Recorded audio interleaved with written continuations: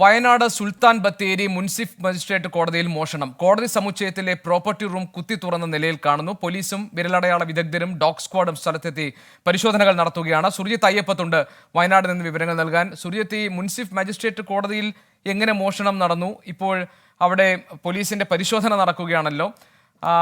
കളവ് മുതൽ സംബന്ധിച്ച കാര്യങ്ങളൊക്കെ സ്ഥിരീകരിച്ചിട്ടുണ്ടോ? വിവരങ്ങൾ എന്തൊക്കെയാണ്?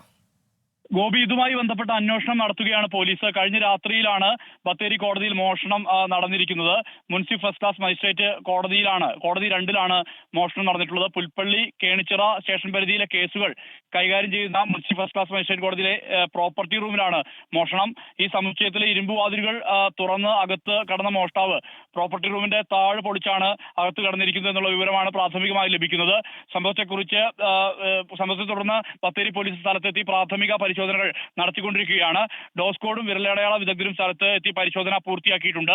ഈ റൂമിൽ നിന്ന് തൊണ്ടിമുതലുകൾ ഉൾപ്പെടെ നഷ്ടപ്പെട്ടിട്ടുണ്ടോ എന്നുള്ള അന്വേഷണമാണ് ഇപ്പോൾ പോലീസ് നടത്തിക്കൊണ്ടിരിക്കുന്നത്. ഇതുമായി ബന്ധപ്പെട്ട ഒരു സ്ഥിരീകരണം ഇതുവരെ ഉണ്ടായിട്ടില്ല. അന്വേഷണം പുരോഗമിക്കുകയാണ്. ഗോപി, ശരി. ബത്തേരി പോലീസ് സ്ഥലത്തെത്തി അന്വേഷണം നടത്തുന്നു. വിരലടയാള വിദഗ്ധരും അവിടെ എത്തിയിട്ടുണ്ട്. കോടതി സമുച്ചയത്തിലെ പ്രോപ്പർട്ടി റൂമിലാണ് മോഷണം നടന്നിരിക്കുന്നത്. അതുകൊണ്ട് തന്നെ എന്തെങ്കിലും പ്രധാനപ്പെട്ട വിവരങ്ങളും രേഖകളും ഒക്കെ നഷ്ടപ്പെട്ടിട്ടുണ്ടോ എന്ന കാര്യത്തിലുള്ള പരിശോധനകൾ ഇപ്പോൾ നടന്നുകൊണ്ടിരിക്കുന്നു. സുർജിത്ത് അയ്യപ്പത്താണ് ഞങ്ങളുടെ പ്രതിനിധി വിവരങ്ങൾ നൽകിയത് വയനാട്ടിൽ നിന്ന്.